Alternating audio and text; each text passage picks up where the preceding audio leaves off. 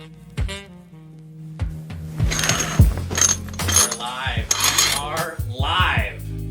Thanks to all of you for being here, and I gotta give a big shout out to everyone that made this possible. A lot of work went on behind the scenes to make this thing a reality. You know who you are. Thank you so much. This has been something I've wanted to do for a long time.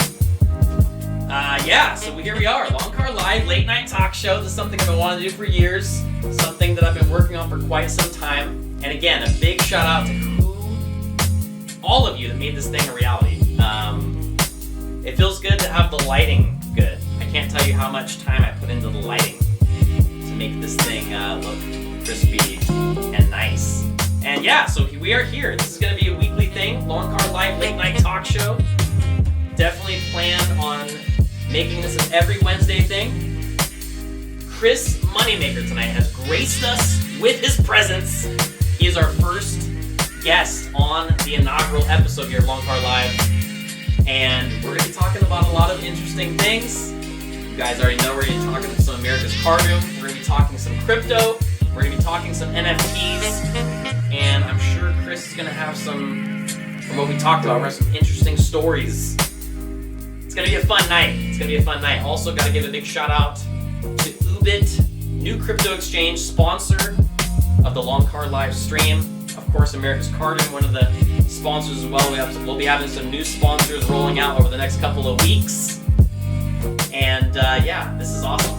I see a lot of you regulars in the chat. Much love, guys. Thanks to all of you for being here. And with that, as I always say, you guys know the deal. Lay, do, day.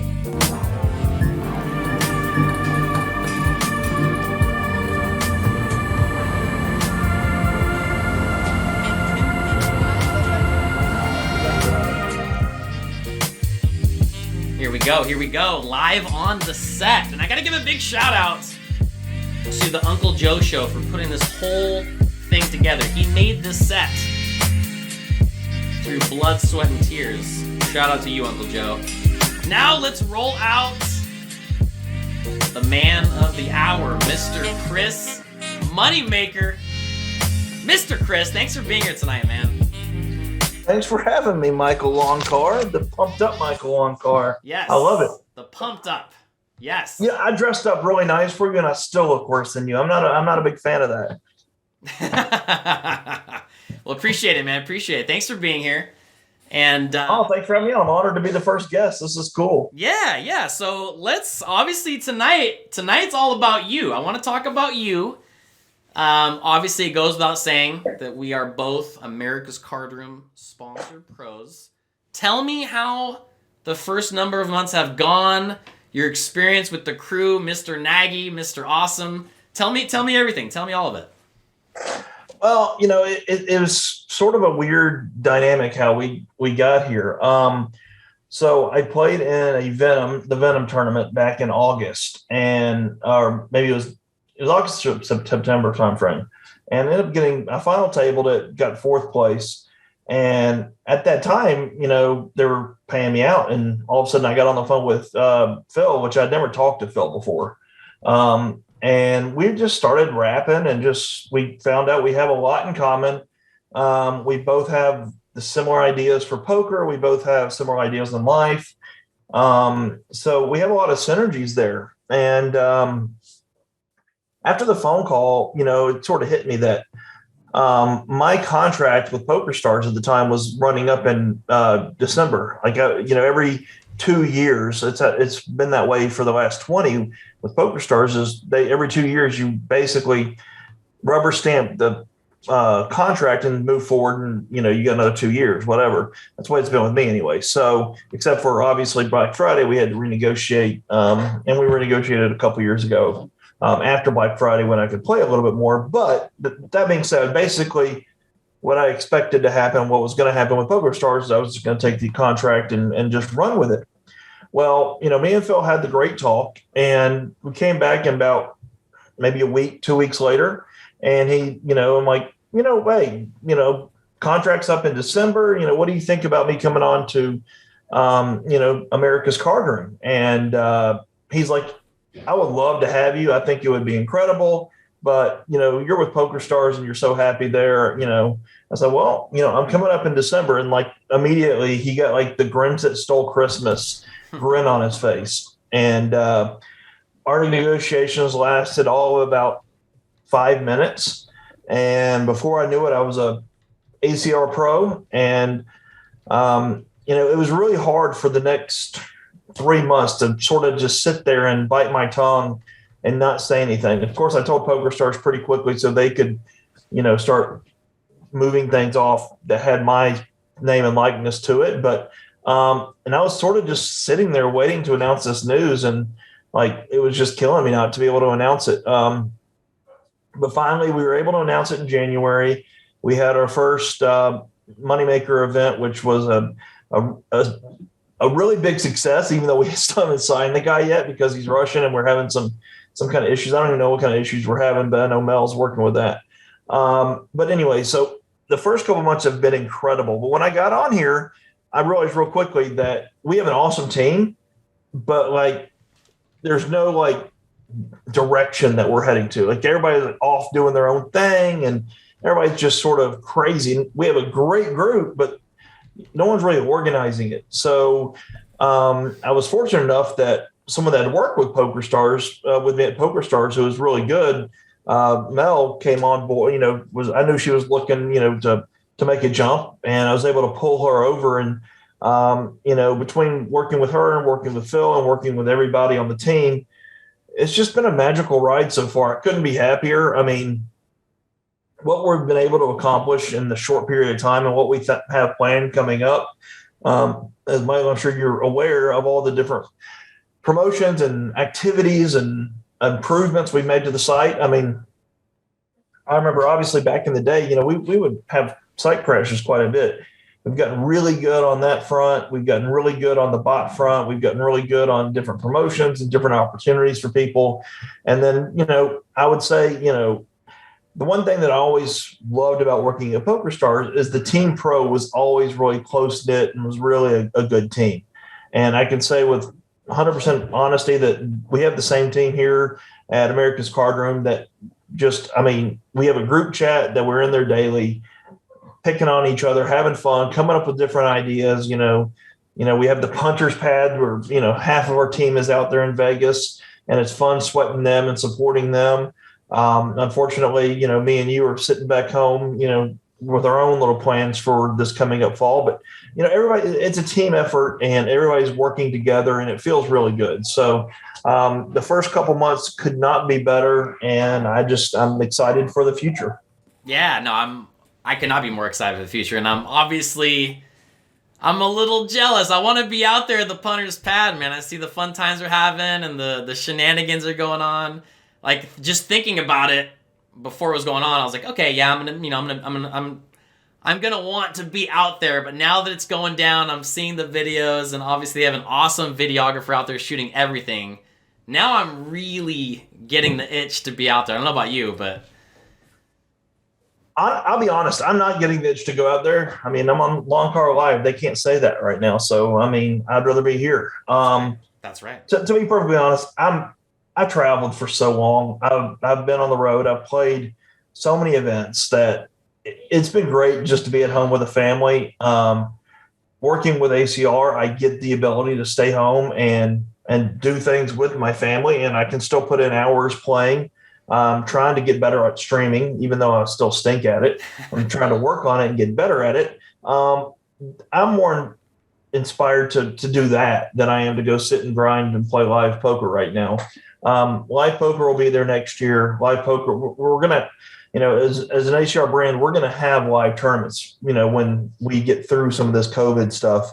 The one thing I really like about Phil too is like, he doesn't want to put anybody in danger, and he would feel terrible if someone got hurt with COVID coming to one of our events. So he's been real careful with it.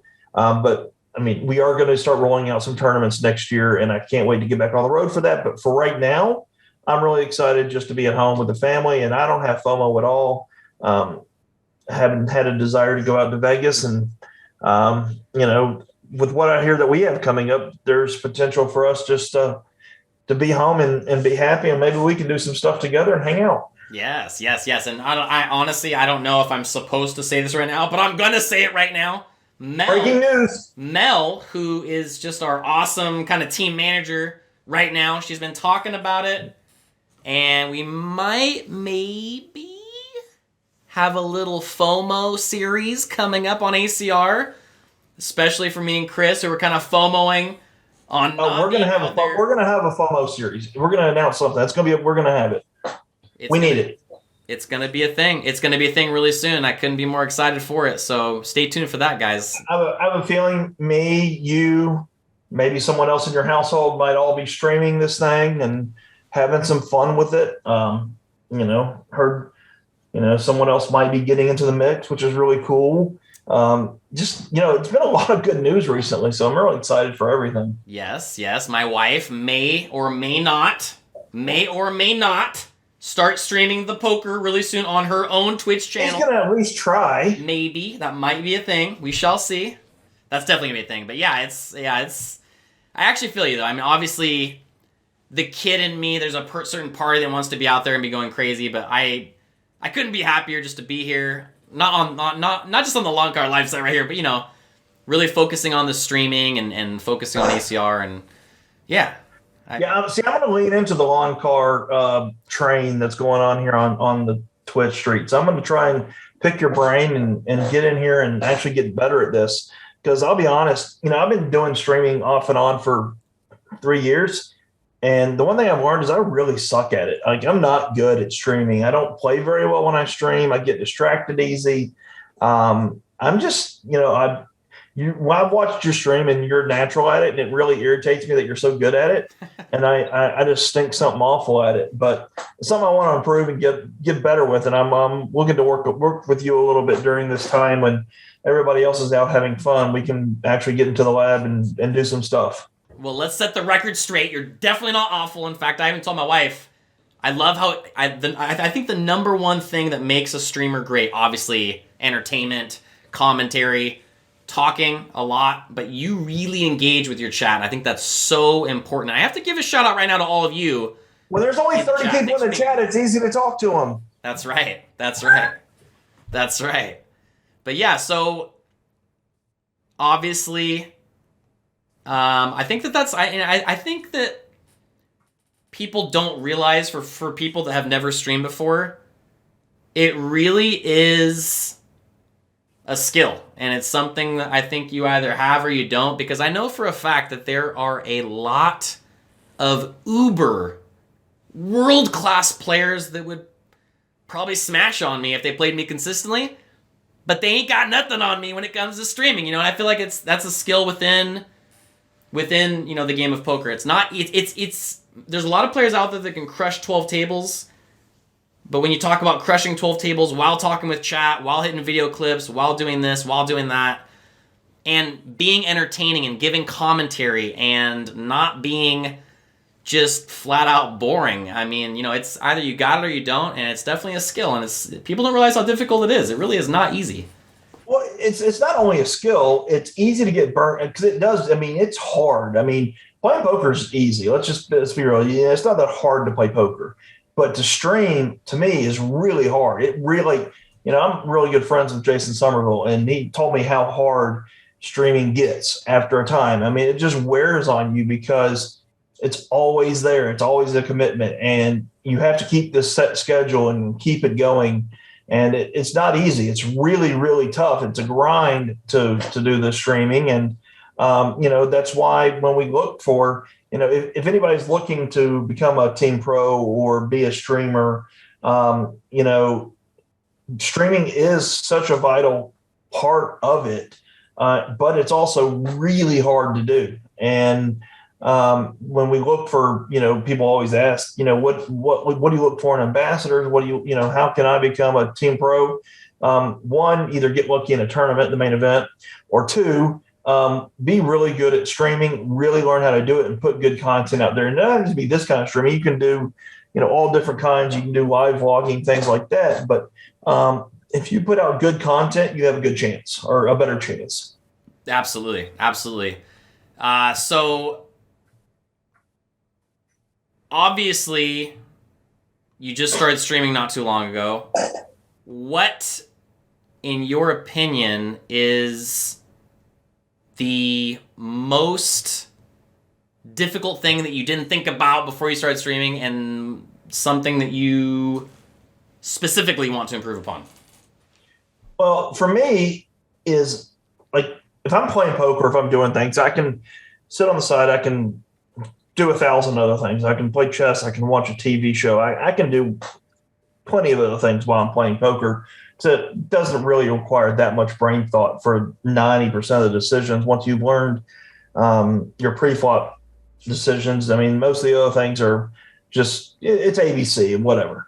But when you stream, it takes total focus. Like I can't even respond to my wife yelling for me. It's like, honey, I'm streaming. I can't do anything else. I get so frantic. I don't want to miss the chat. I don't want to miss questions. I don't want to ignore the chat. I want to try to engage as much as possible. The one thing I've always found that's tough for me is I'll get into the habit of, okay, well, I think this guy's opening up too much, so I'm going to start 3-betting him more. But then I was like, wait a minute, if he's watching the stream, then he's going to know I'm 3-betting him more. And I started getting in my head a little bit. And so I've actually stopped on the what I'm going to do and trying to talk a little bit more general strategy and more specific of this guy, this guy's VPIP is way too high or he's playing too loose. And I'm going to counter out by doing this, which is what I was doing in the beginning.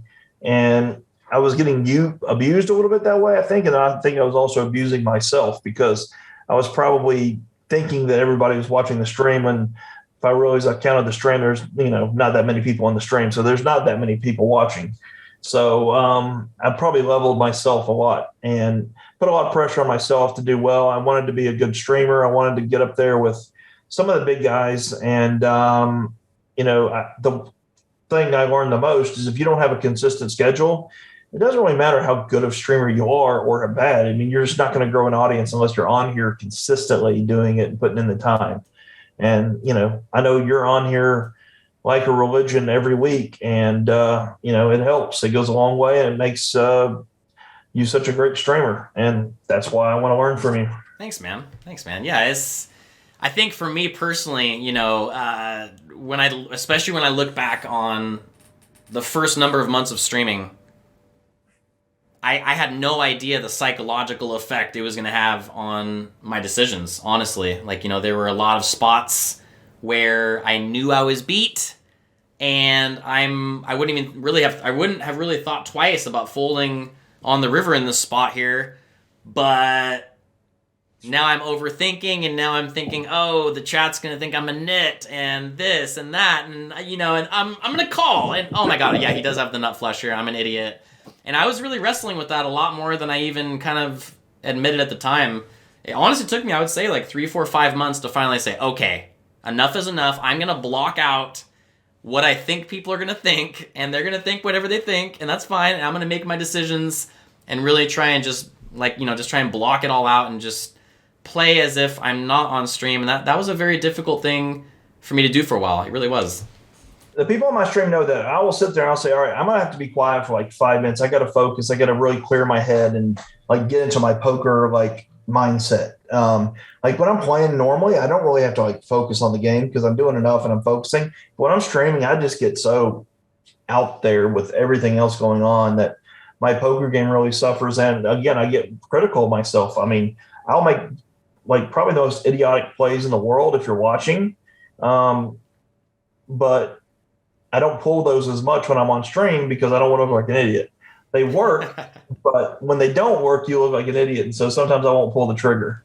Going all in with 9 high on the river, on a bluff is all fun and games until you get caught and you look like an idiot on stream. That's right. And yeah, there are so many. Obviously, I think about it all the time, like how much easier it is to, obviously every once in a while I kind of branch outside of the poker, Twitch streaming community. I see like the in real life streams, the video game streams. Like I really think that poker streaming is one of the most difficult ways to stream because there's so many different aspects. Like you're just talking about, oh, this guy's so tight, I'm going to run him over. Oh, wait, might be watching on stream right now. And obviously that comes into play. And I kind of feel every once in a while, I can kind of feel like maybe this guy's kind of coming after me because he wants to, especially now once America's Cardroom allowed people to start showing bluffs again. I'm starting to feel that a little bit more again. People want to be the center of the spotlight for a second. There's so many interesting psychological aspects with poker streaming specifically that a lot of other streamers just don't have to worry about. Because like if you're playing a video game, there's only one way to shoot a guy in the head in a shooting game. There's only one way to do a lot of other streams, but poker has got a lot of levels. So you're not risking real money when you're playing a video game. If you die, it's not a big deal. You just go back and play again, and people aren't watching your stream. Maybe they're trying to find your hiding spot. I don't know, but there's definitely a lot more pressure and a lot more going on the poker stream for sure. Absolutely. And your verbalizations will dictate what other players do against you, and I don't feel that's the same in other streams. That's absolutely true. And, there's definitely a trade-off with being a brand ambassador and streaming your stuff and collecting profits, because there's no doubt about it, one way or another, streaming poker does take some profits, but obviously I don't think it's really even that much. I don't think it's not anything to where I would ever say to someone, don't stream poker because you get some of your profits taken away. Obviously, not even talking about the profits you're making off Twitch and stuff, but just I love. You don't make any money off Twitch. No, really don't. I mean, really, yeah, it's very minimal. And honestly, with the amount of giveaways and stuff I do, I really, really don't make any money. But I love the community. I love,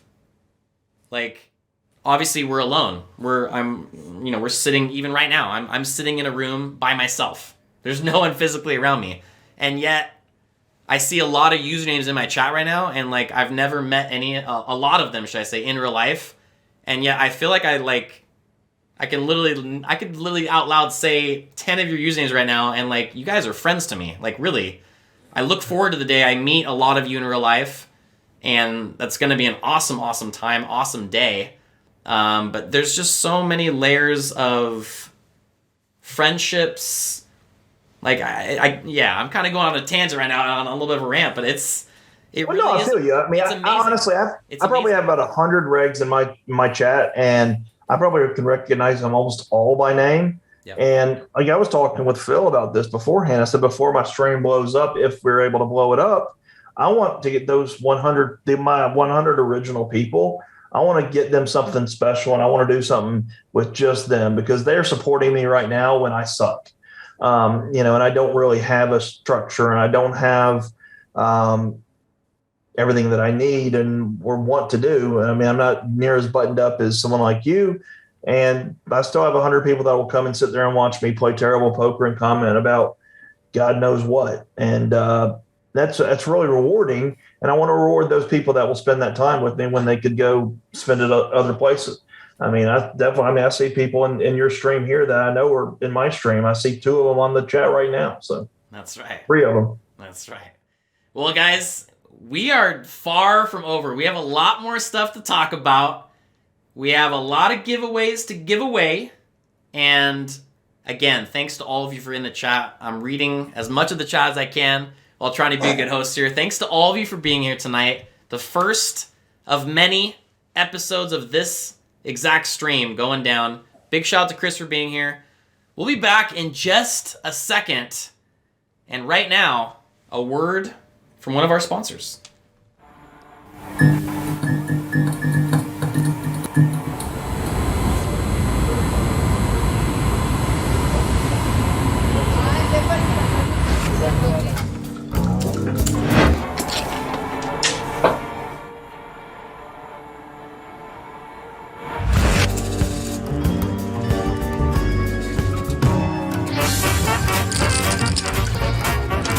America's Card Room. Greatness awaits. All right, Jamie, that's America's Card Room commercial right there. Big shout out to them for making some giveaways happen. I've never seen that commercial before. Yeah. I've never seen that before. Not bad. I think I'll probably show a few commercials you've never seen before. They give me some good stuff to put on. And so I got to say it out loud here. Jamie Freitag put in the chat. He said, Chris, you are a great streamer. And I you really are. You don't give yourself enough credit. You really are. I'm not just saying that. I'm the type of guy, I'm not going to say something out loud unless I mean it. Like, if I didn't think you're a good streamer, I wouldn't read that comment out loud and I wouldn't say it right now. But you really are. You really are. You've got the personality and the commentary. And like I said, I think the most important thing out there, if you are a streamer out there and you're listening to this right now, engage with your audience. Engage with your chat. Develop friendships. Answer questions. And don't just be a robot playing poker. Try and bring some liveliness. Try and think of some creative ways to make your stream entertaining. Think about things that you like to watch on other streams and try and bring that into your own and make it your own.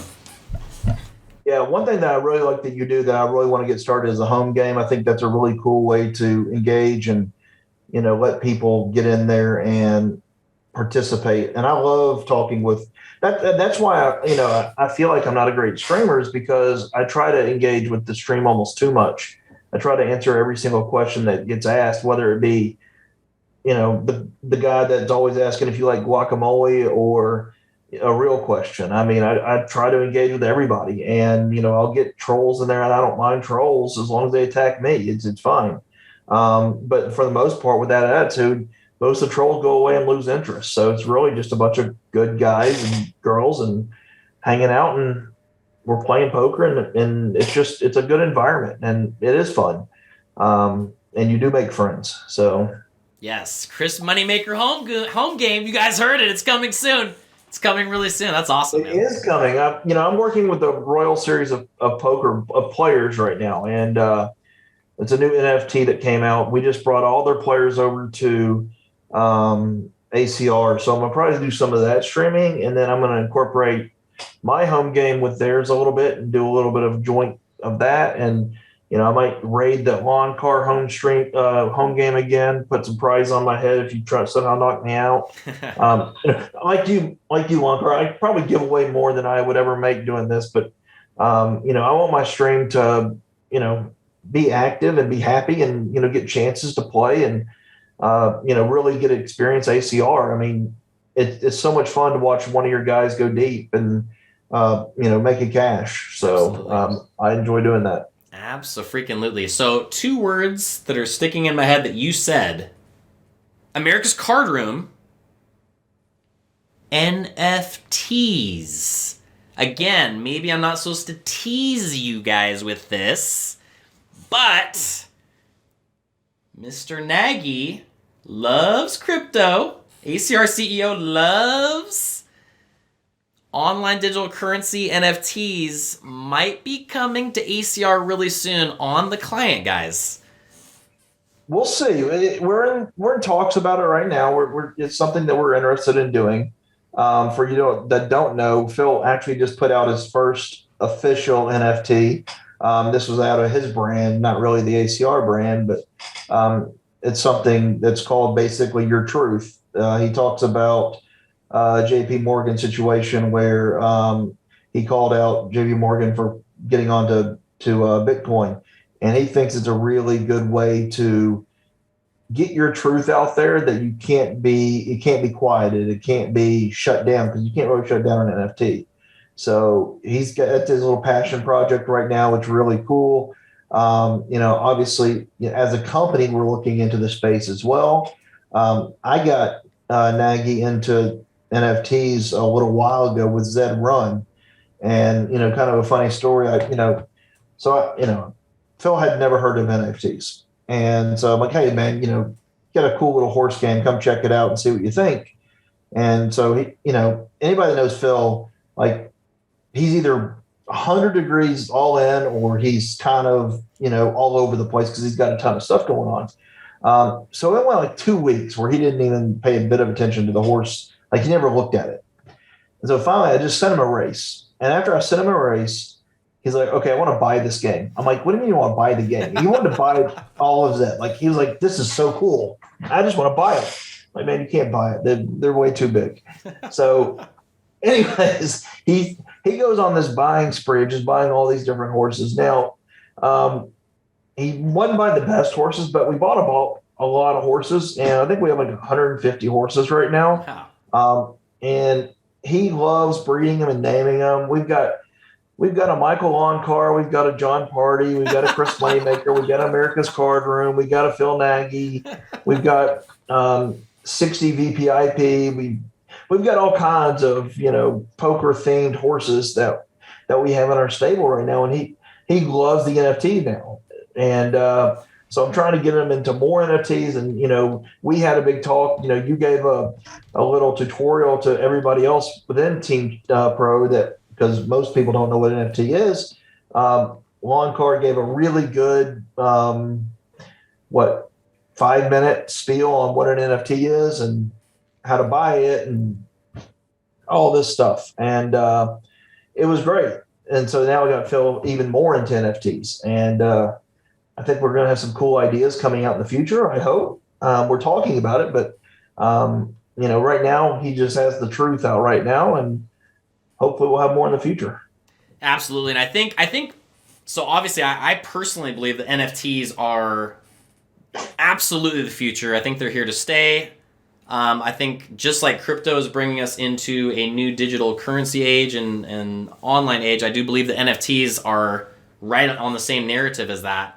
I think something that really throws a lot of people off with NFTs is you see sometimes this kind of little stick figure that my 2-year-old son could draw, and it gets sold for like $100,000, and you're like, wow, this obviously must just be a fad right now because this is absurd. And there is a lot of absurdity with the NFT market, but there's also a lot of amazing value in the NFT game, especially when you look at a lot of people just like to think of, NFTs are just dumb JPEGs. And yes, that's kind of true. There's also there's so many different variations of NFTs. There's video game characters, pieces of land in video games. There's musical NFTs. I've heard there's like certain songs that can only be listened to on NFTs by bands. There's just layers and layers and layers, and it really is. Just as I believe crypto is going to bring us into the age of no more paperless, and paperless money and no more physical money a lot sooner than I thought. It's also bringing, I think it's going to put a big dent on certain markets such as physical trading cards. I wouldn't be surprised if physical trading cards got hurt a little bit because of all the online cool digital trading cards that are not only just a digital card, but they're moving and spinning, and it really is. The only advantage you have to a physical trading card is the rarity of it. That's the thing that like NBA Top Shots, they kind of screwed up. They put so much volume out there that they kind of diluted their product a little bit. And I think they saw the error in the waves and they're scaling that back. But that's one thing about the physical cards, that they're always going to have value because of the scarcity of them and the fact that people will ruin the cards. They'll get damaged. They'll get lost. Where with NFTs, they never go anywhere. As long as you don't lose your seed, you're not going to lose your NFTs. And you're right, though. There are so many NFTs coming out right now. It's just ridiculous. If you're going to be buying NFTs, you want to find something that has either utility, something that you can actually use, like Zed, for example, or you want to find something that's got money behind it or a good developing team behind it. Because there's, you can buy rocks, you can buy basically any animal that you could ever think of. You can probably buy an NFT of it right now. Yeah, no, that's true. That's true. And like you said, utility and community is another thing I hadn't really thought about until recently when Royal Society of Players, as you know, like they have free rolls on America's Card Room for NFT holders only. They have live meetups for NFT holders only. It really is a friend of mine. So for example, Royal Society of Players, like I think it's that if you can get a card for like, I think it's like 0.00060, it's like super, super cheap, like $50 maybe. I don't even know if it's that much. You can get this card and be part of the community and play in free rolls. They're $500 free rolls every single week. And I mean, it's a great value. And then, like you said, they have meetups and, but all these other NFTs have all these communities, and that's like Bored Ape Yacht Club. I know has like some real huge community. I don't own one of them, but I know that they have a phenomenal community of things that really make that NFT valuable. I've actually thought about buying one just to see what the hype's about, but I haven't bid the bullet. It's still hard for me to spend that much money for an NFT. The most expensive NFT I bought was $36,000, which is a lot, but it was for a digital racehorse, and I could actually race that and breed it, and that was a little bit different. So, yeah, a friend of mine bought a Bored Ape Yacht Club for a few $1,000s not that long ago, and he just sold it last week for $120,000. that's crazy. Yeah, you told me he like flipped it from one to another and then turned, I don't understand spending that much money on an ape or the crypto punks that are what, several $100,000. I mean, and I'll never understand those because those make no sense to me. I mean, I don't know, other than them being the first ones, which I guess that's the draw. Maybe you'll have to educate me on why crypto punks, because of all the things out there, that's the one I don't get. I think at this point, it's just kind of a prestige type of thing. I think it's just the prestige of like, oh, a lot of people think this is like the ultimate original, like kind of mega boss. It's the Bitcoin of NFTs. I think that's exactly what it is. Some people just think it's the Bitcoin of NFTs, the rarity, limited edition. It's an interesting. It's another layer of crypto. Like crypto to me is a deep dark rabbit hole that you could spend endless hours, which I have, digging into, and then NFTs is just another deep rabbit hole that you can dive into as to what's good, what you think is good, what he or she thinks is good, and why it's good, and the futuristic abilities of NFTs. It's fascinating. No matter what, whether you think it's a bubble that's going to burst really soon, or whether it's something that's here to stay for the long haul, it's very fascinating to learn about something that's caught fire so hard and something that's really new. Well, I always go and I'm lounging. Sorry. I always go and ask my kid if he thinks something's cool, because if they think it's cool, then probably it's going to be cool in the future. Where, I'm close to 50 years old, and what I think is cool, when I'm rocking out to 80s music in the car, I don't get NFTs. I mean, I'm like some people, I just take a picture of it or whatever. But if my kid gets it, and I mean, I'm smart enough to understand that this is the way technology is going. But when you get to my age, it's still sort of hard to wrap your head around paying a lot of money for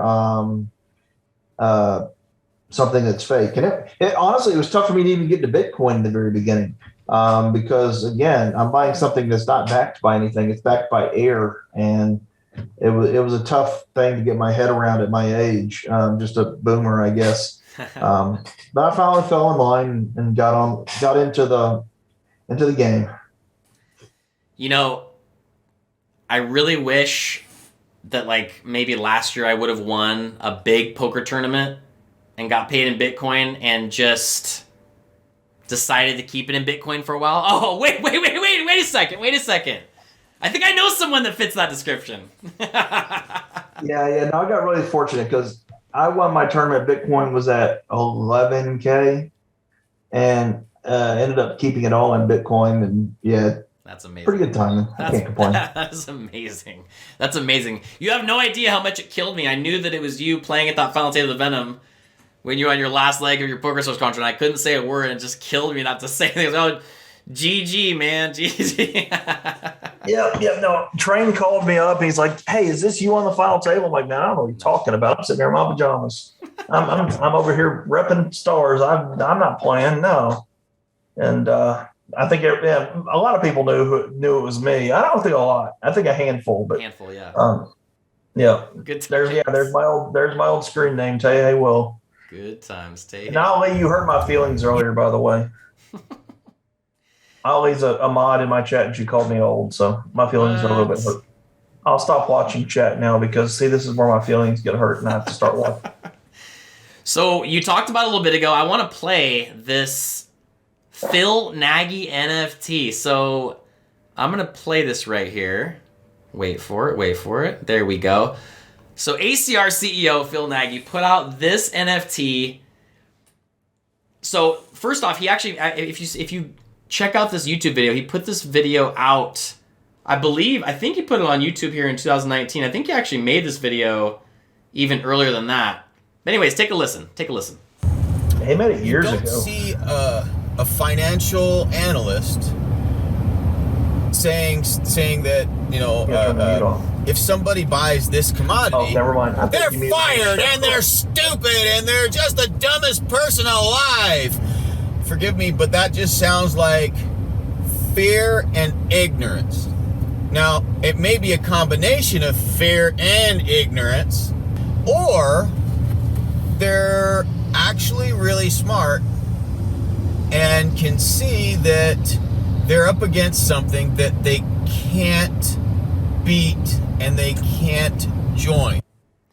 Now, the ironic thing about this whole thing is that JP Morgan just came out with their own NFT coin this last week after saying that, you know, Bitcoin is just has no future and this and that. So obviously there was a lot of stuff going behind the scenes that's now becoming a little more clear. And on that note, that video right there is, again, a YouTube video Phil Nagy put out years ago. I purchased a copy of that NFT. A bunch of those have been minted, and you can purchase that video in an NFT form on the OpenSea market if you are interested in that. Exclamation point Nagy NFT in my chat. Check that out if you want to. But either way, Only very, $2. very interesting. Yeah, only $2. Only $2 each. Very interesting. And obviously, it is really interesting seeing the banks come into play now in the crypto field. It's a very interesting time. Crypto and NFTs bringing a lot of big hitters into the game. It's going to be interesting to see, especially really down the road, 10 years from now, how things happen. I'm interested to see what happens when we get to the debt ceiling again that, you know, they just extended in December. I mean, you know, could you imagine how bad it would be if we hit the debt ceiling and, you know, and fiat's not backed by the U.S. government as well anymore? I mean, think about how good crypto would do. I mean, that would be terrible for everybody, but crypto would be, you know, on fire, I would imagine. Absolutely. Yeah, it's gonna be interesting. I mean, surely they're going to raise it again, but it's definitely a scary time if you don't own any crypto. I would definitely own a little bit. Absolutely. Yeah, it's well said. Well said. So now, guys, now is the time. Now it's the chat time. This is gonna be a regular thing here on the stream. Right now, and obviously keep it mature. You know, keep it mature. I think a lot of you know what I mean when I say that, you know. But ask away. If there's ever a question that you wanted to ask Chris, that you wanted to know about Chris, now is the time. I'll be reading the most interesting, compelling questions in the chat from Mr. Moneymaker. So fire away. If any of you can think of something that you've always wanted to ask, now is. And everybody that comes from my chat, no perking up here, because you're going to ask really bad questions that are going to hurt my feelings. Okay, so Snapflatter says, Chris, are you still on Omi? For those of you who don't know, Omi is a NFT crypto project. I'm going to guess yes. Yeah, I'm heavily into Omi. That's my biggest bag. I'm really bullish on it. I think it's going to do really well. I'm hoping we get over to the new exchange and we can actually start burning these tokens. So yeah, I'm really big on it, and I've got a ton of it, and I hopefully they do really well. Is Moneymaker your birth given name? It is my birth given name. I'll just go ahead and tell the truth. I did an April Fool's joke, and surprisingly, I think more people believed the April Fool's joke than they did my actual name. Someone asked my cleaners coming. This is actually a dog toy back there. They ripped the head off of the duck earlier, so it's not like it's trash back here. My dogs had a party back there. But anyways, yeah, so I don't even know what we're talking about. I just saw someone ask about cleaning, and I was like, that's a duck. I was like, what? So if you know me really well in real life, I'd like to call myself a gullah calf. I'm like easily the most gullible person you'll ever meet in your life when it comes to just like telling me something. I'm like, oh my God, really? Before I even have a second to like even think about it. I'm not gonna lie, Chris. I absolutely, like, for at least 5 minutes, totally believed that Moneymaker was not your real name. It was such an easy thing to believe Come on, I can't be the only person that thought that was not a joke. It was good. No, listen, I had a person. This is the worst thing out of all of this. All that April Fool's joke was I had a transgender person write me on Twitter, and she said, "I'm very proud of you for coming out with the truth. I know how hard it is to live in a shadow, and I'm here to support you in any way that you need." I mean, it was a really good, heartfelt message. And I felt terrible responding back to her. It was an April Fool's joke. Like, I didn't think people were going to take it seriously because, I mean, it was done on April Fool 1st. And, but sadly, more people believe that than they actually believe my last name is Moneymaker, which is kind of hard to believe in itself. So here's another good question for you, Chris. Have you ever thought about what you would be doing today if you had not won the 2003 WSOP main event? I do quite a bit. I'm sure I would be an accountant somewhere. I'd probably be miserable. At the time, I was working for a restaurant group, and I would go into work about 10 o'clock every morning, and I would stay pretty late into the evening and when the bar opened up, and I would sit up there and finish my work drinking a bunch of Crown Royal. So it probably was not the most conducive and productive lifestyle. But I probably would be just some random accountant somewhere. I worked for Arthur Anderson and Deloitte & Touche back in the day, but I would imagine I would be I'd probably be doing really well in some company right now, but I wouldn't be having near as much fun as I'm having, so I can't complain. Nice. JSat1, Chris, do you still own the shoes you wore when you won the main event? The only clothing I have from the main event the night I won, I have the shirt that I wore that night, and I've got the jacket that they gave me at the final table, and I got the Poker Stars jacket that because it was a really cool jacket. I've got those three things. I lost the glasses at a strip club.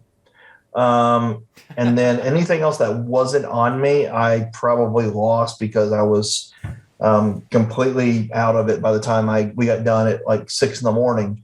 But I do have those articles of clothing stayed on me or were with me. And then I got somehow I ended up with the final table felt, the felt that we played on. They ripped it up off the table and they said, "Do you want this?" I'm like, "Sure, why not? I'll take it." And obviously I'm pretty glad I did because that's a pretty cool little memento to hold on to. Yeah.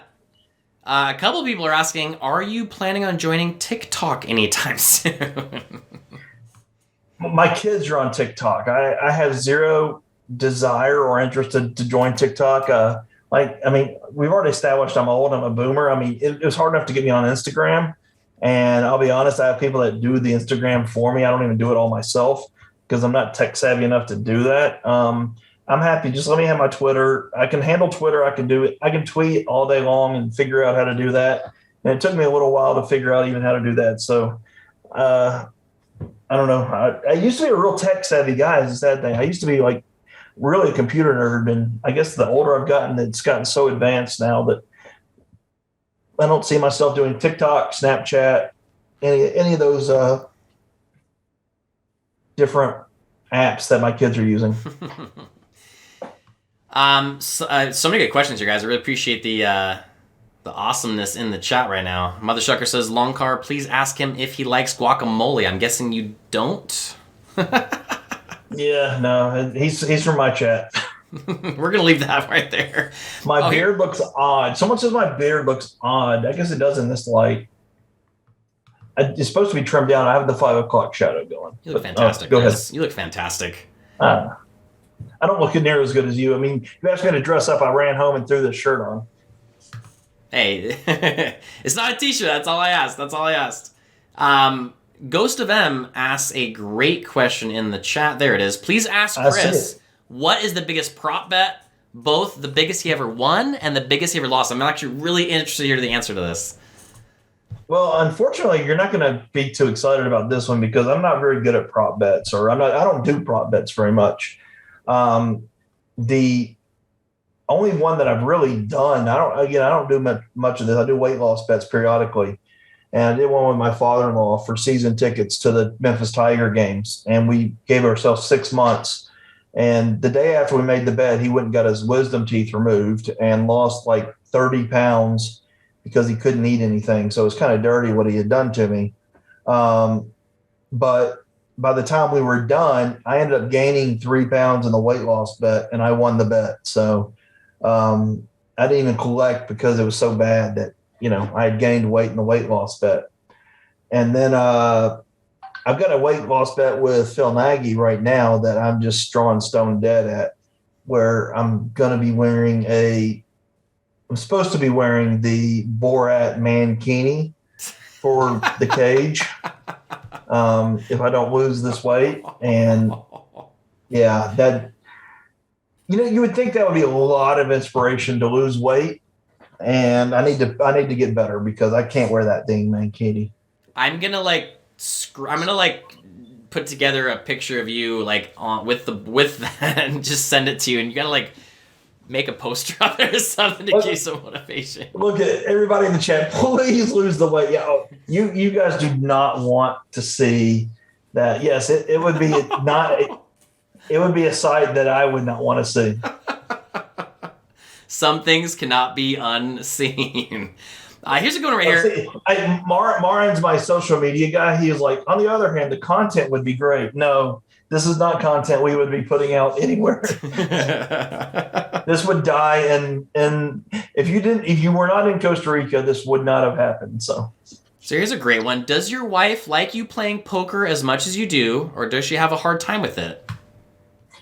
I married my wife after I won. She knew what I did going into it. In the beginning, she didn't quite understand the swings. She didn't like the swings. After a while, we just stopped talking about the money, and just as long as money was coming home, it was cool, whatever. As far as me playing, she's very supportive. I mean, whenever I say I have to play, she lets me play.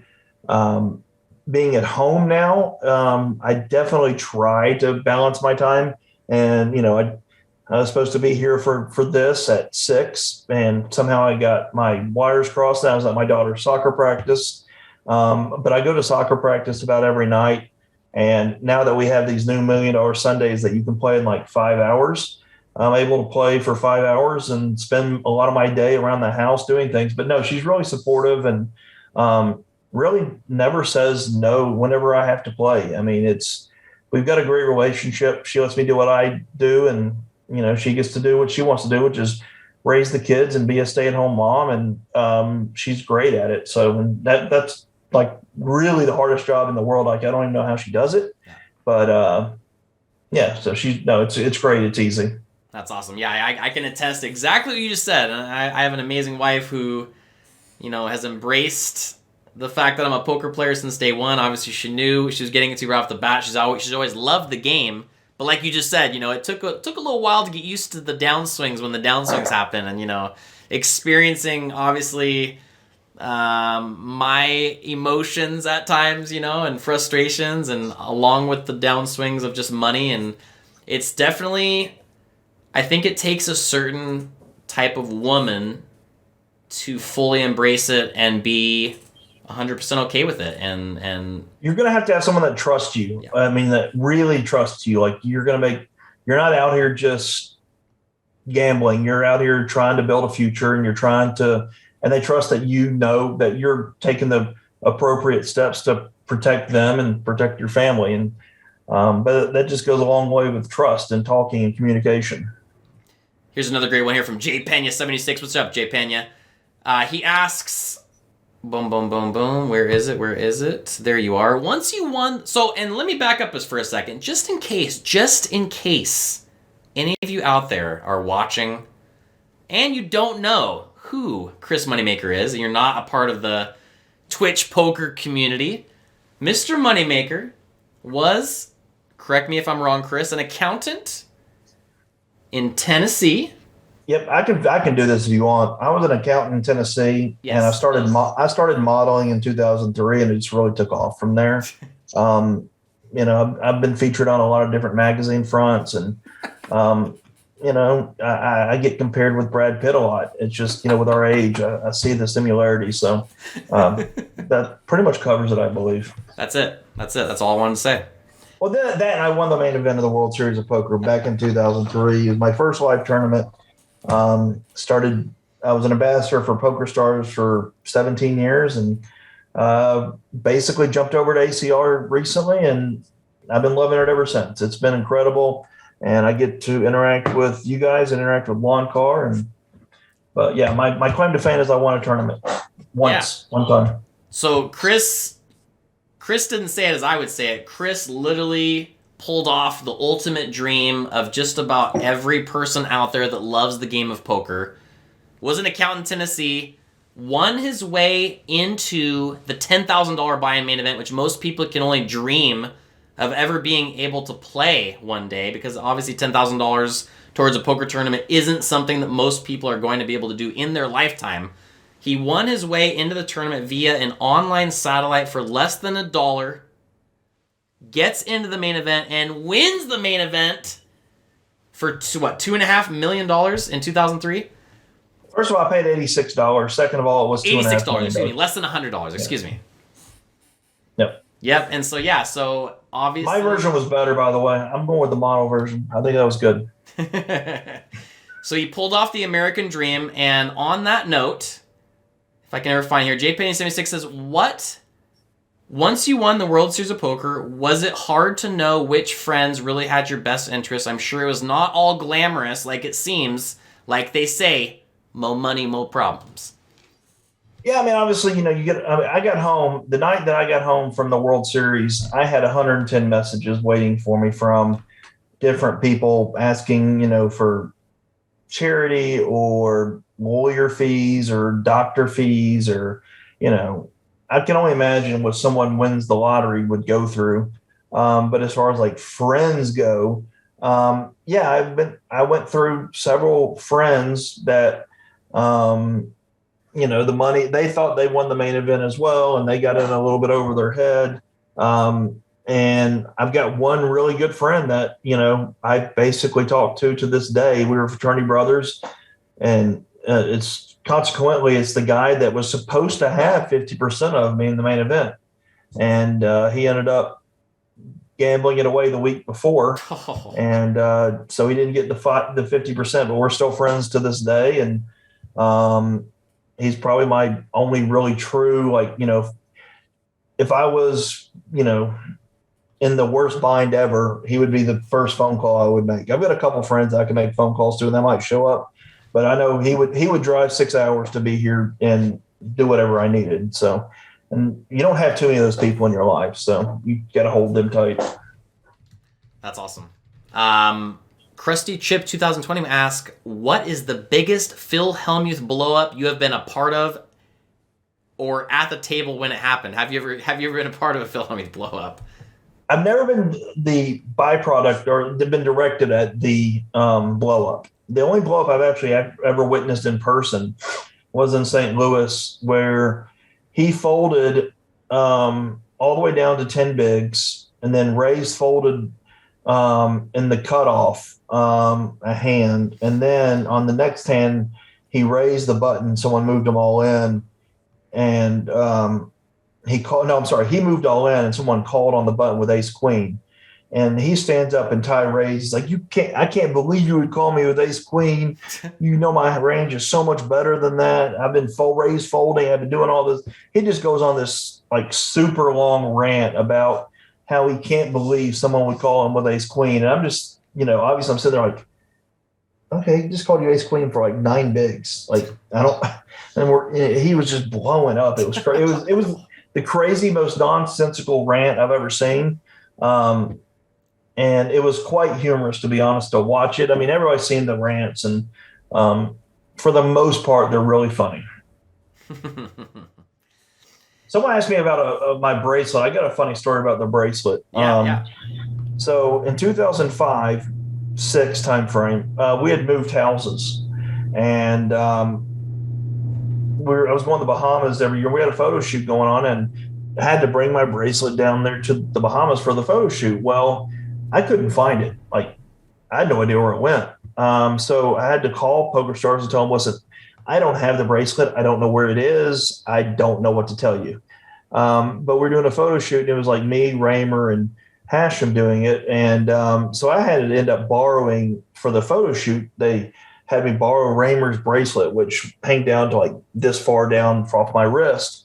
And I got home, I searched everywhere for it, and I was absolutely sick because it was gone. Like someone had stolen my bracelet. It was just nowhere to be found. Fast forward about 2 years later, we end up moving. We were in a rental house as our house was being built, and we move into the new house, and we're unboxing everything. And in the attic, in one of these random boxes, my bracelet was sitting at the bottom of it. And talk about one of the most relieved day ever. So I don't keep my bracelet at home at all. It's in a safety deposit box, and I don't risk losing that thing again. So there you go. It was a bad 2 years. Man, that's crazy. Yeah, you actually you answered a couple of questions in the chat. People asking if you ever wear the bracelet or anything like that. So there you go, guys. Your question's answered right there. Yeah, I would never actually wear the bracelet out. I don't wear jewelry. I wear my wedding ring, and that is literally it. But yeah, I had to wear it for a couple photo shoots, and I never really even known it was gone if it wasn't for the photo shoots, to be honest, because it's not like I would ever like leave it sitting out or anything like that. So yeah, it's safe now at least, and I don't have to worry about it. But yeah, that was a bad 2 years. Jeez. All right. Well, that concludes the chat part of the show. Let's go to. Well, that was fun. All right. That was a lot of fun. Let's go to another ad from one of our sponsors. We will be right back.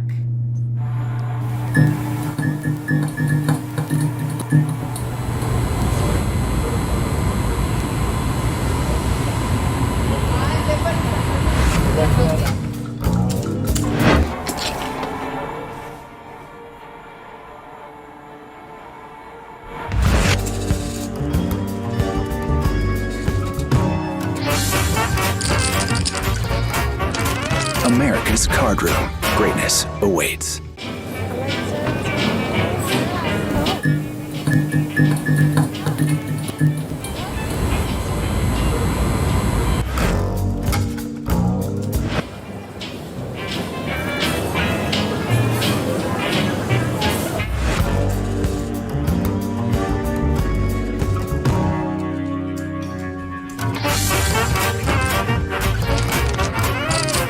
America's Card Room. Greatness awaits.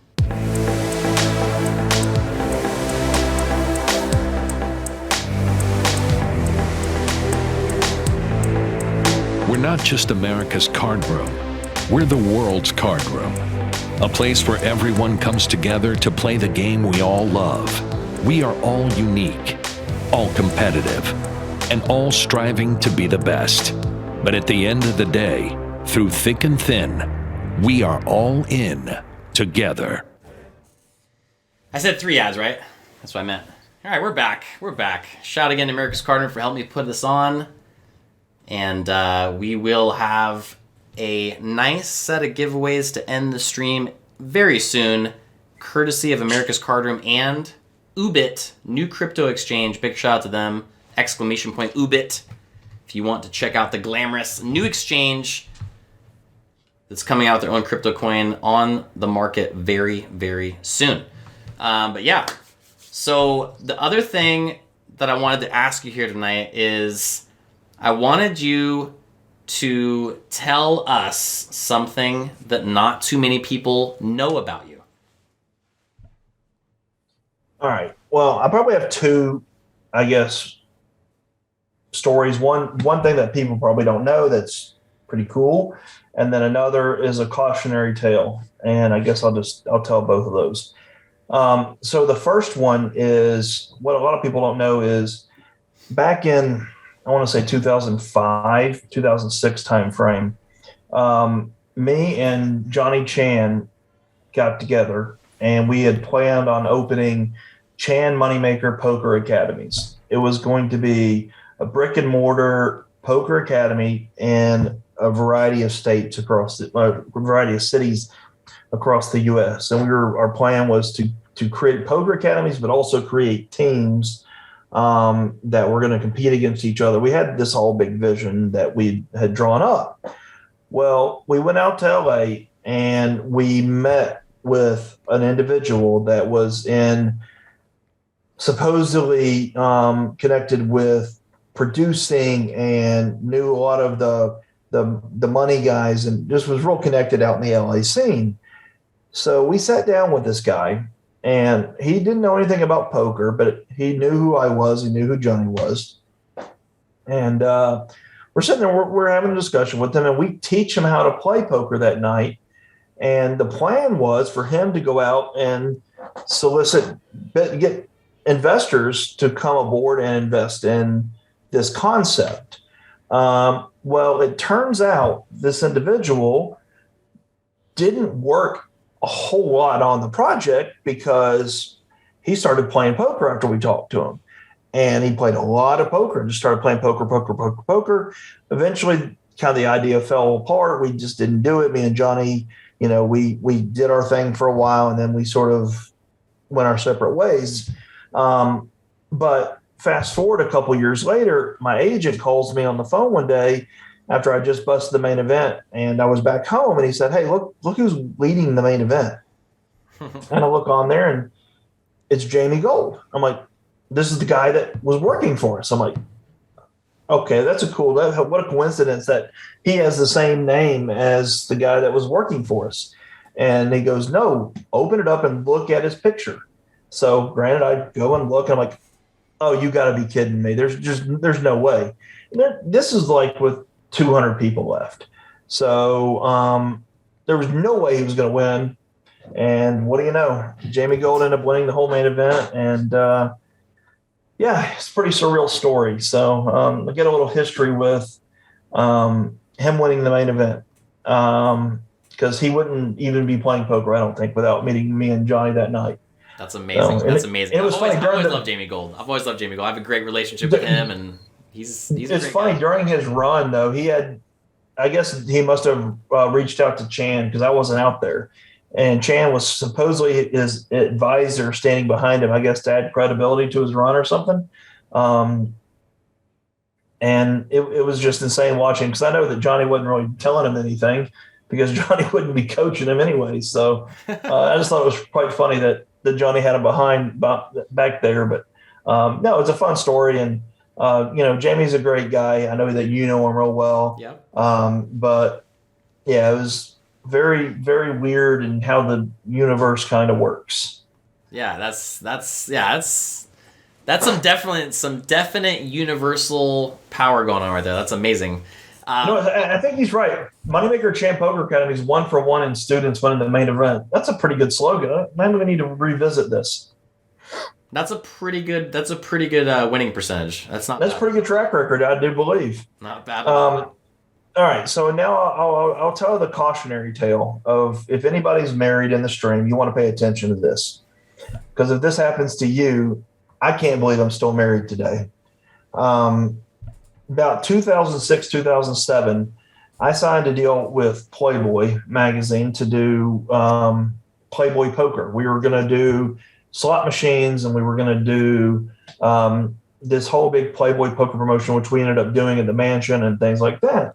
Well, during the main event, during this time, there was Maxim parties, Playboy party. I mean, all these big magazines had parties during the World Series main event. It was, most of you guys probably weren't around during that time, or it's a little bit before your time, whatever. It was always just a huge party. So I had a photo shoot with 3 playmates the morning of that, before all the parties. So we do the photo shoot and, whatever. And so one of the girls is like, "So what parties are you guys going to tonight?" And I said, "Well, I'm sure we'll go to the Maxim party. We'll go to this party." And they're like, "Well, can we tag along? We'd like to go to some of the parties with you guys." And we're like, "Yeah, sure, no problem." So I said, "Here, give me your phone number, or I'll give you my phone number, and just call me, and wherever you are, we'll have someone at the door waiting for you to come join the party." So I go back to my room, don't think about anything. It's just, that was the morning that we did. My wife is with me in Vegas, and she was sleeping in that morning, and she was going to the parties with me that night. Well, ended up she wasn't feeling good. She ended up not going to the party because she just didn't feel good. Well, during the day, she lost her phone, and so I said, well, here, just take my phone because I'm going with my agent and a couple other friends. So we have our phones. You just take my phone and hold on to it for the night. So if we need to get in touch with you, you can call me, I can call you, whatever. So I give her my phone. We go out to the parties. She stays in the room. And 3:00 in the morning, my wife gets a phone call asking where we are. And my wife's like, oh, well, who is this? And they're like, well, this is Desiree and Sunshine and Cinderella. I don't know. Saying we're looking for you at the parties. We're the Playmates. So needless to say, I get home about 6 a.m. and my wife was at the door like, who in the world is blank, blank, and blank? I'm like, I didn't know their names. I'm like, oh, I don't know why. And I'm kind of inebriated at this point too. And she's like, well, they've been calling your phone asking where are the parties at and where are you going to be? So first rule, don't give your wife your phone if you gave Playmates numbers. And two, that's actually the only rule. So yeah, we're still married somehow. I don't know. Guys, if you listen to Chris right there. If you get Playmates phone numbers, don't give your wife your phone. That's Chris's advice here tonight. Yeah, that's it. That's the advice I have. So yeah, that was one of the more comical stories that I have, I guess. And for people that just another quick tidbit, people that were asking about the guy that had 50% of my win, but is still my friend. Kind of a funny story with him is he went down to Tunica and lost the money, so that's why he couldn't give me the money. Well, a couple years after that, we had a bad storm in Nashville, and it flooded the entire city. And where all the slum houses used to be, the drug places, all this stuff was all underwater, and they weren't going to redevelop it. It was just going to be just a swamp. So when it drained, he went in and he's like, you know what? He just bought up all these properties, $10,000 a pop, just boom, boom, boom, boom, boom, boom, boom, buying up all these properties. Well, sure enough, they decided about it 6 months later, they're going to put these levees in to keep all the water out, and they're going to renovate it, and it became the new hip spot in Nashville. Nashville really blew up, and he has all these properties that are worth so much money in Nashville. So he ended up probably doing better than I did, which is great. And, it's fantastic for him. So even though he wasn't part of my win, it worked out better for him because like he says, and I kind of say too, if he would have got that money, he would have probably drank it away or gambled it away or done something stupid with it. So probably a blessing in disguise. But anyways, all right, story time's over. That's awesome. That's awesome. Some good stories. I like it. I guess the last thing that I want to ask you is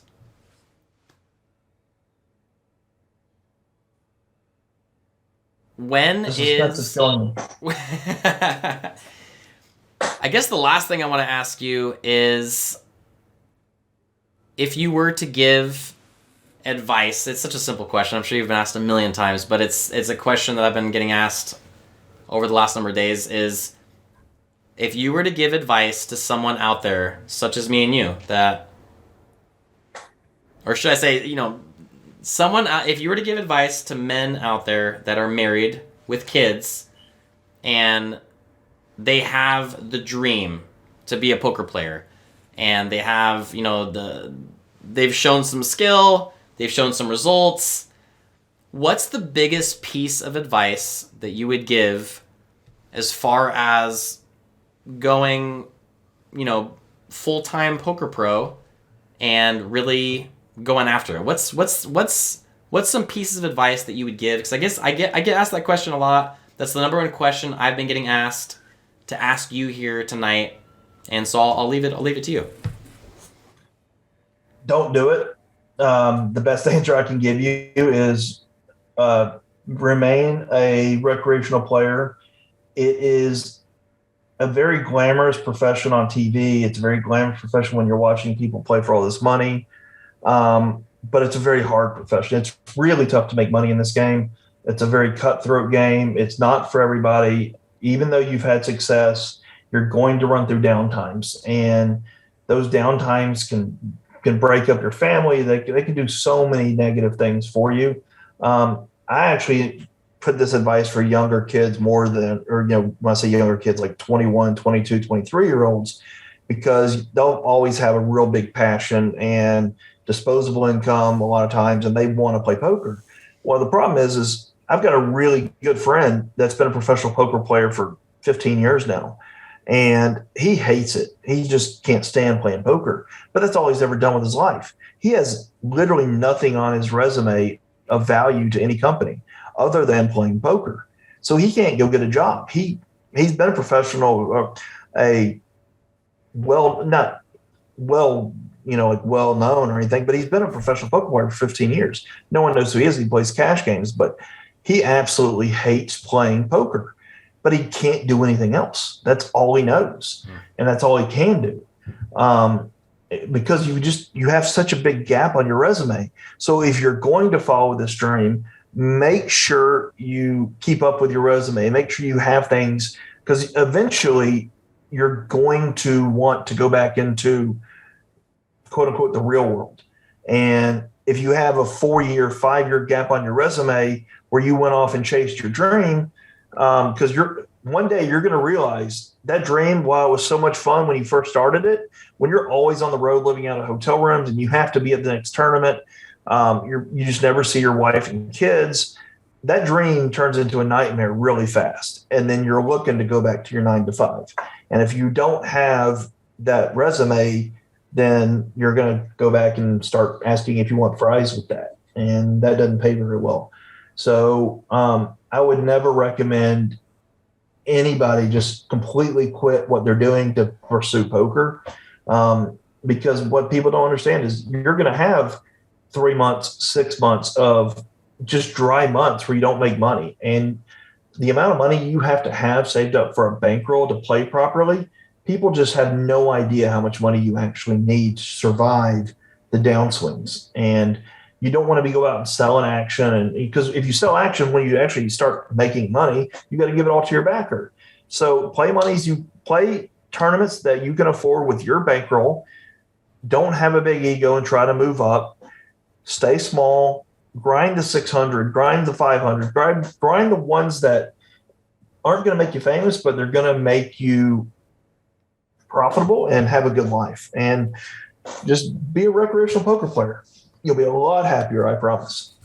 There's a reason why they say poker is a hard way to make an easy living. Shum Cooley with that in the chat. And Chris, this is why I love you so much, man. Absolutely brutally honest at all times, and that was so well said. So many people in the chat saying this is the best part of the show right here.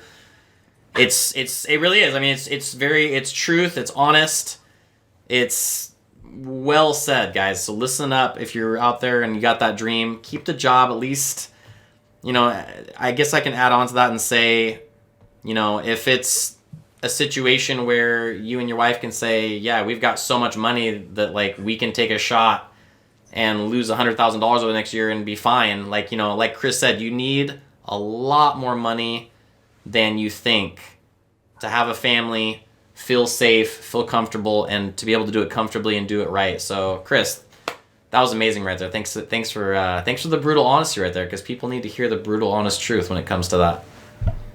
Yeah, I mean, the worst thing you can do is get into it and realize you don't like it, or you're not as good as you think you are, and then I guess right now it's pretty easy to find a job, though, but I don't know. Well, with that...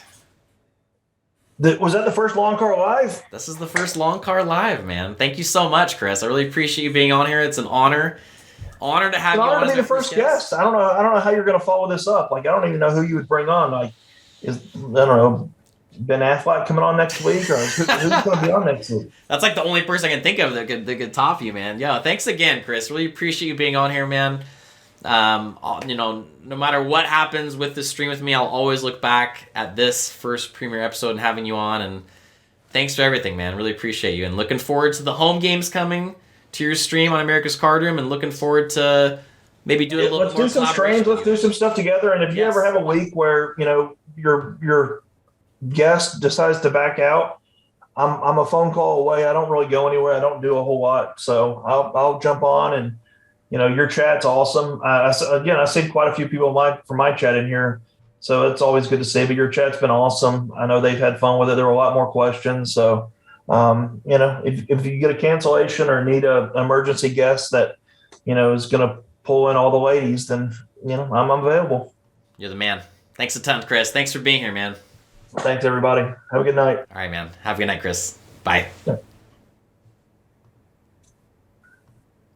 All right, so that was awesome. Awesome. You guys don't go anywhere. The show's not over. Chris Moneymaker might be off the show, but we have some awesome giveaways to give away right here, right now.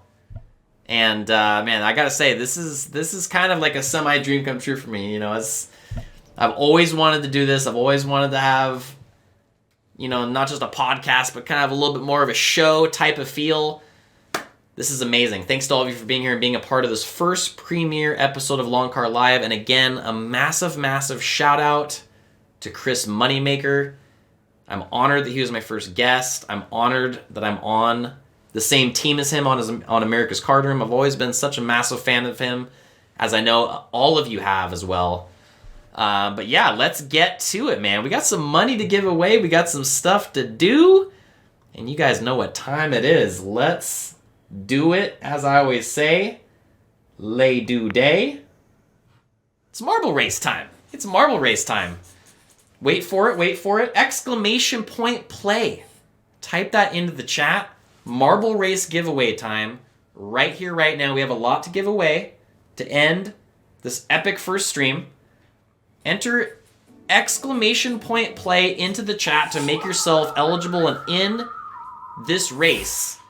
If you're out there watching the stream and you somehow don't have a Twitch username, I'll give you 60 seconds to create one as fast as you can.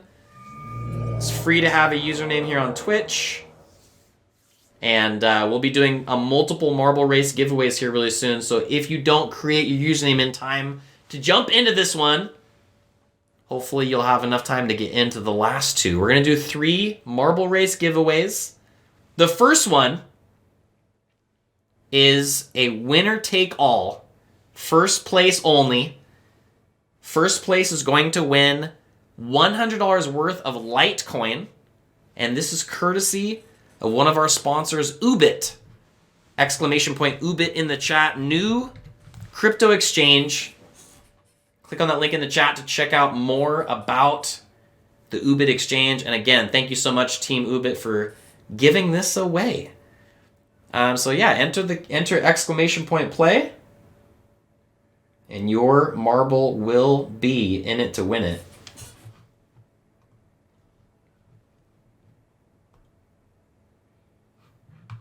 Everyone's eligible. So we're going to do 3 marble races.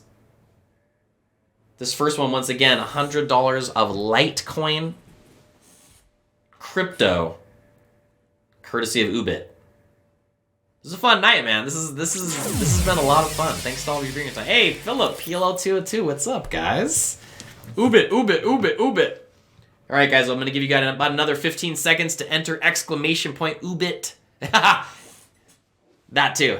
Enter exclamation point play in the chat.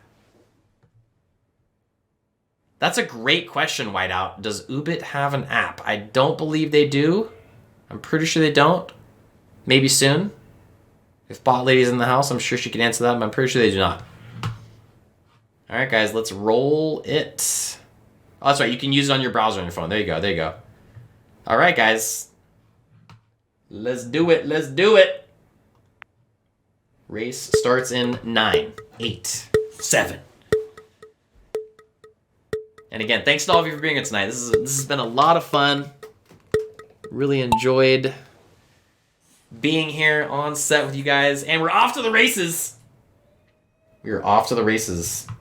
And Man, it's been so long. It's been so long since I've done marble races. What are the toggle buttons again? What are the...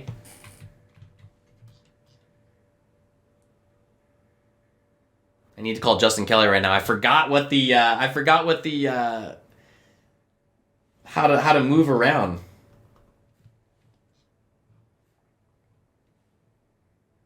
I know one of you guys can check me out. Okay, type 1. There we go. There we go. Mr. G Wood.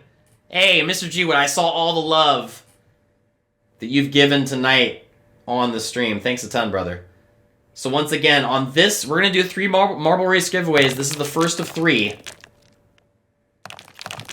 So make sure you guys don't go anywhere just yet. We got a lot of money to give away. I'm giving away $1,000 cash over the next 2 marble races. So make sure you guys stay with me here. A lot of good stuff being given away on the channel, courtesy of America's Card Room and Ubit. Good for nothing. Chip Leader in the lead right now, followed by Krusty Chip 2021. Love me some marble races. It's been a while. It's been a long time since I've done a marble race giveaway on my stream. Used to do these all the time about 2.5 years ago. It's awesome to be doing these again. I'll be incorporating the marble race giveaways into my poker stream again. Who's gonna win it? Who's gonna do it? I love the cool effects on the marbles some of you guys put on there. Anybody's game. How do you turn on the usernames on the marbles? Oh, and there it is, J Pena 76 coming through right at the end. Right at the end. J Pena 76, send me a private message. I'm gonna get you hooked up with $100 of Litecoin, courtesy again. Okay, Ollie QOD 2. Thank you so much. I'm gonna get it right here on the next one. It's been so long since I've done a marble race, man. I'm a marble race noob right now. I'll get the pro status achieved really soon. J Pena 76, congrats on winning $100 worth of Litecoin, courtesy of the Ubit exchange. Again, exclamation point Ubit in the chat for details of this new awesome crypto exchange. Thanks again for giving that away. And now let's do another race.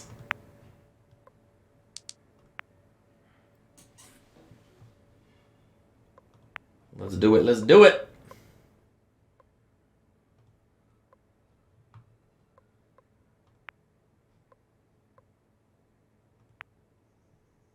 Wait for it. Wait for it. Wait for it.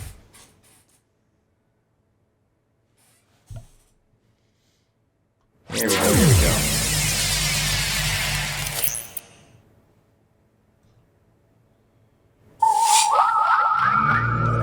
Exclamation point play, guys. Enter exclamation point play in the Twitch chat to make sure that you have a marble in this simulated marble race. We are going to give away top 5. Top 5 on this race are going to win $100 cash. Straight cash, homie. Straight cash, homie. Jets, my brother. My brother in the chat. What's up, bro? And again, thanks to all of you for being here. I know a lot of you were here. Most of you were here for the entire stream. Obviously, I've got a couple little kinks to work out. You know, my very first Loncar Live stream. It's been a ton of fun, man. This has been great. Hajab, Philip, what's up? I know, ACR Show 2.0. Well, let's go, right? I got nothing on Justin, but I'm gonna try my best. Straight up cash, homie. Uncle Slacker quote right there. There we go. Okay, the alt button will show the names. Perfect. All right. Let's roll it. So 5 of you are going to win $100 cash. Stay tuned. We have one more marble race full of giveaways right after this one is complete. Lay do day. Let's do this.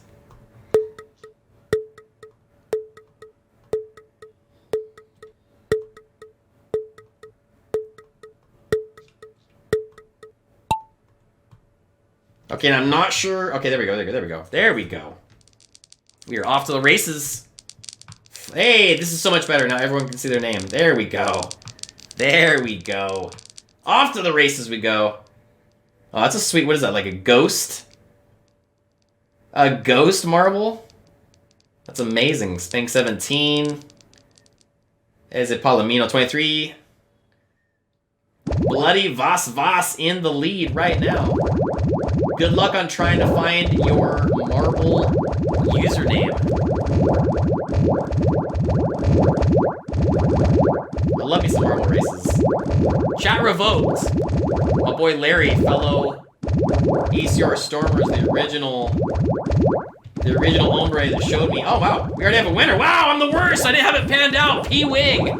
Okay, I'm like I said, I am a marble race newbie again. I feel like such a noob. It's been literally 2 years since I've done these.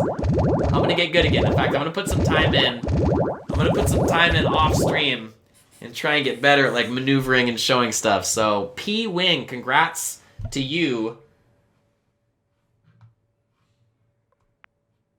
Iceman 0. Okay, that was kind of the worst. That was kind of the worst ever, but at least I can't feel too bad because I'm giving top 5 $100 cash, so I can't really feel too bad there. P-Wing, Iceman 0384, Moondancer Ace, David Madrona, my man. Oh, that was it. Oh, wow, there's only 2 qualifiers. Wow. Never mind. Wow, David Madrona, I love you. I saw your name right here. You were the first person that did not finish on the did not finish list. Wow.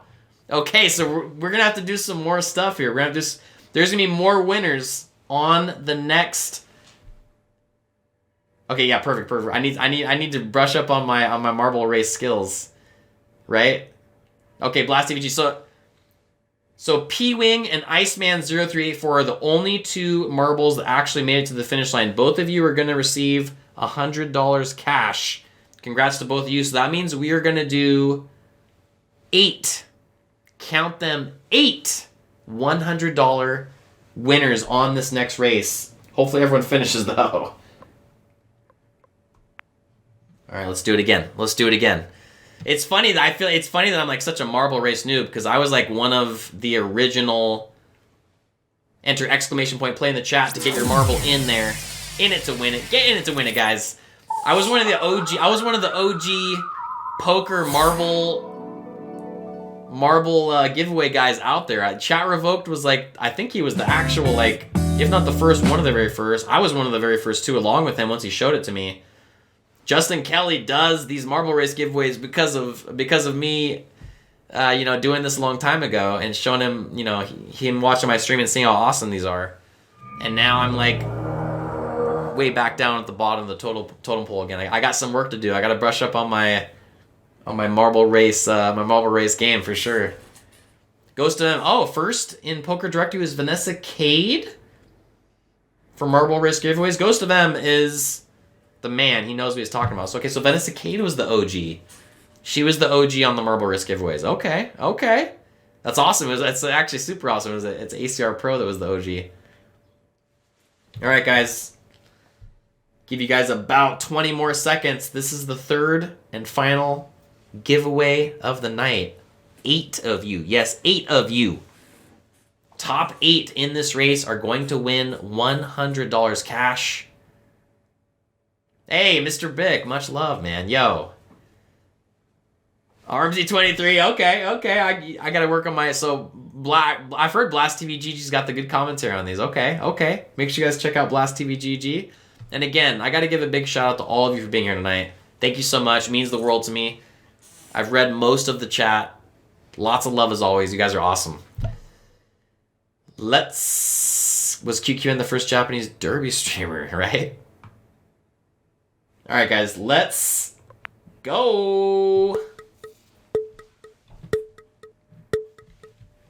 Again, top 8 are gonna win $100 straight cash on me. Let's go!